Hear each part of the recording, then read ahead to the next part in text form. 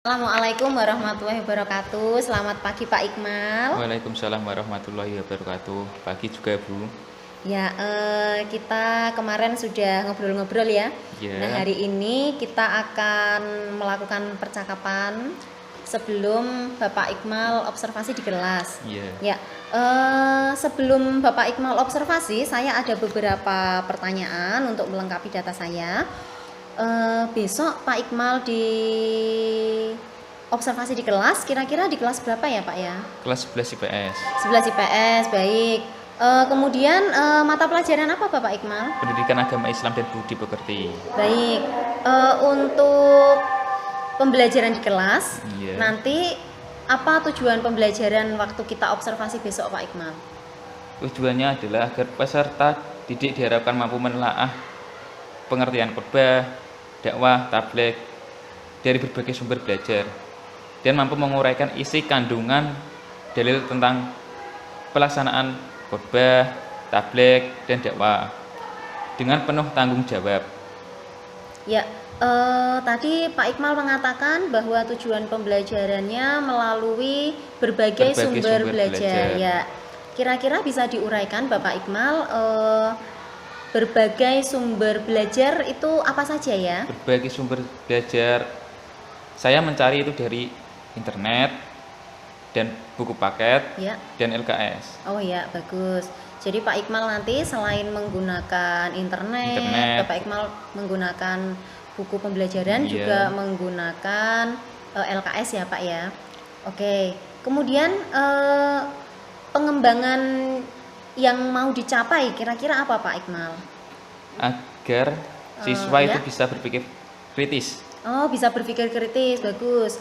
Jadi nanti bagaimana strategi yang disiapkan untuk siswa bisa berpikir dengan kritis? Strategi saya itu mudah. Ya. Saya Ya. menggunakan PowerPoint untuk memberi rangsangan agar siswa memusatkan perhatian pada PowerPoint tersebut. Ya. Terus kita mengidentifikasi masalahnya, di mana letak permasalahan tersebut. Ya. Nanti setelah itu kita mengumpulkan data Ya. yang perlu diuraikan. Ya. Nah, setelah kita mengumpulkan data, kita akan mengolah data tersebut dari semua data yang telah dikumpulkan oleh siswa menjadi pakem. Ya. Setelah semua data diolah, kita buktikan dengan gimana ya bilangnya?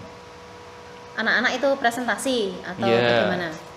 Anak-anak akan memverifikasi hasil pengamatannya. Ya, bagus.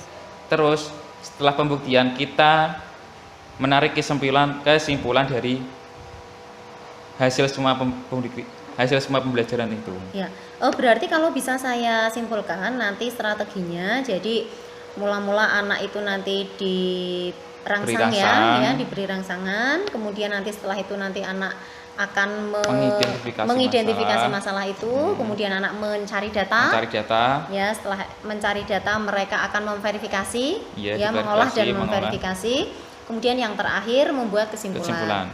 Nah, kira-kira media apa saja nanti yang akan disiapkan untuk pembelajaran? Media ya kita utamakan menggunakan PowerPoint. Ya. Dan lembar kerja tadi ya. Ya. Jadi anak nanti mengisi lembar kerja, kemudian nanti bisa mengkonfirmasi lewat lembar kerja yang Pak Iqmal sediakan. Ya, bagus sekali Pak Iqmal. Menurut saya percakapan hari ini bisa membawa saya mengetahui apa yang akan Pak Iqmal sampaikan besok untuk siswa. Semoga pada saat kita observasi nanti bisa berjalan dengan lancar. Amin. Kemudian apa yang dipersiapkan tadi, media, sumber belajar, mohon bisa disiapkan dengan baik, Pak Iqmal ya. Ya, begitu saja Pak Iqmal. Selanjutnya saya akan melakukan ini ada jam mengajar lagi. Pak Iqmal juga ada jam. Ya, sampai jumpa besok lagi ya Pak Iqmal. Terima kasih atas waktunya. Assalamualaikum warahmatullahi wabarakatuh.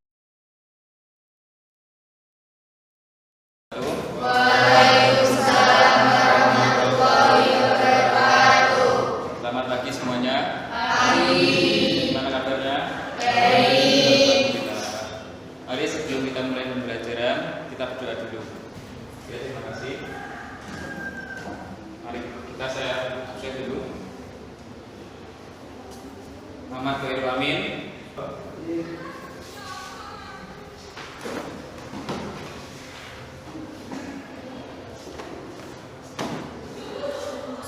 Ayo lagi.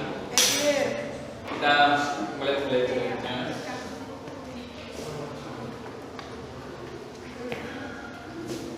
Bismillahirrahmanirrahim. Kuntum khairum ummatin ukhrijat lin-nasi ta'muruna bil ma'ruf wa tanhauna 'anil munkar wa tu'minuna billah. Artinya, ada yang mau baca? Kamu adalah umat yang terbaik yang dilahirkan untuk manusia, menyuruh kepada yang ma'ruf dan mencegah dari yang munkar dan beriman kepada Allah. Oke. Sampai sini sudah menebak belum?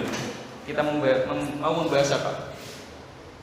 Hari ini kita akan membahas bab tentang khotbah, tabligh, dan dakwah. Kan Islam adalah apa aja? Khotbah Jumat, khotbah Idul Fitri, khotbah Idul Adha, khotbah sholat gerhana bulan khusuf, khotbah pada sholat minta hujan, khotbah nikah, dan khotbah Tawaf di Arafah. Khotbah sholat dua hari raya, sholat istiqomah, sholat dua gerhana pada dasarnya sama dengan khotbah sholat Jumat. Terus tabligh. Kata tabligh artinya menyampaikan. Menurut istilah tabligh adalah menyampaikan ajaran-ajaran Islam yang diterima dari Allah Subhanahu wa taala kepada umat manusia agar dijadikan pedoman hidup supaya memperoleh kebahagiaan dunia dan akhirat. Ini sudah paham perbedaan khotbah, tabligh, dan dakwah. Ayo melati.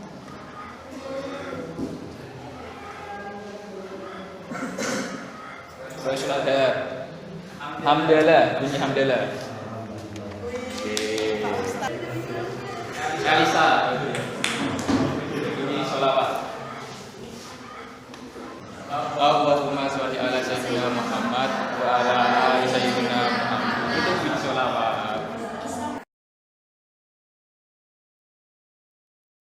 Bismillahirrahmanirrahim. Assalamualaikum warahmatullahi wabarakatuh. Waalaikumsalam warahmatullahi wabarakatuh. Selamat pagi Pak Ridwan. Ya, hari ini kita melaksanakan pasca observasi ya Pak Ridwan ya. Saya akan melakukan coaching kepada Bapak Iqmal berkaitan dengan kegiatan observasi yang telah kita lakukan. Saya langsung ke Pak Iqmal ge.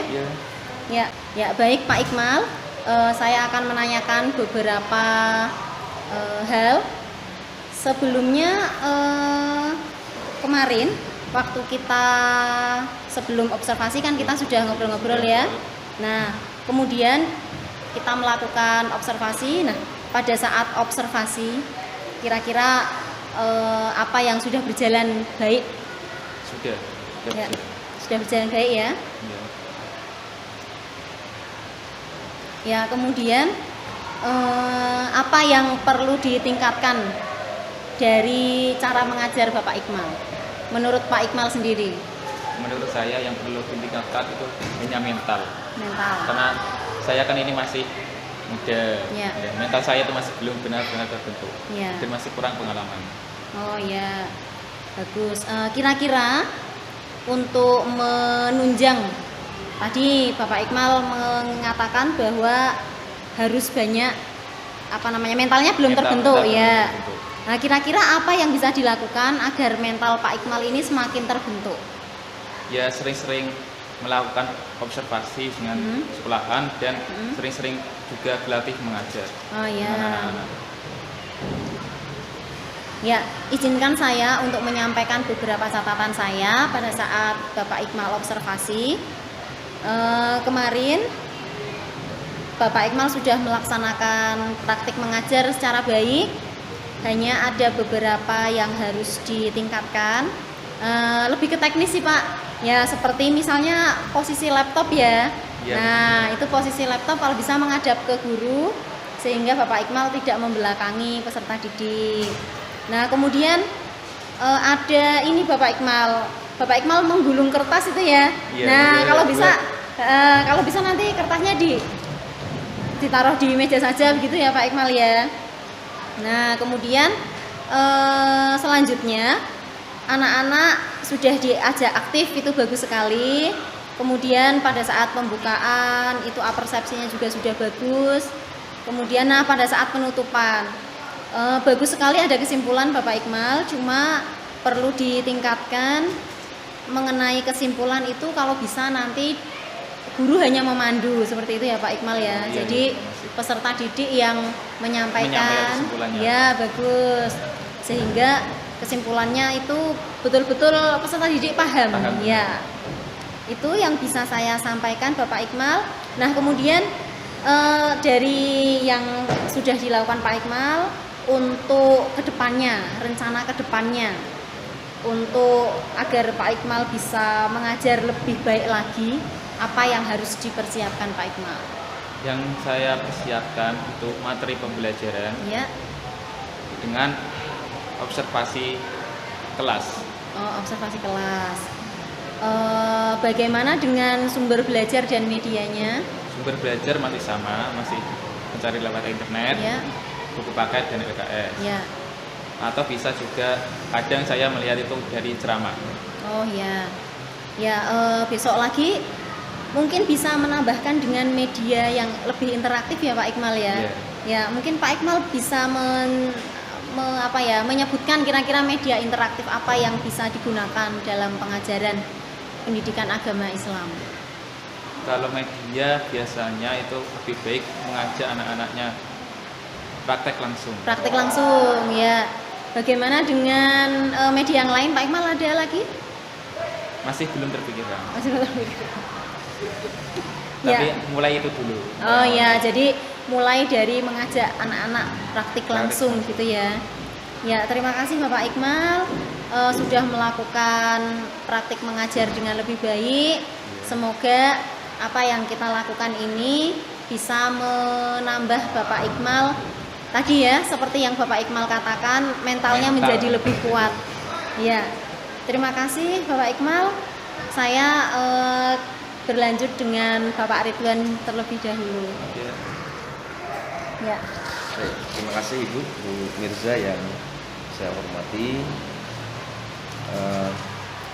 Ini berarti sudah melaksanakan proses supervisi sekaligus latihan coaching ya, dengan rekan sejawat, dan ini merupakan coaching pasca supervisi pembelajaran yang sudah Ibu lakukan.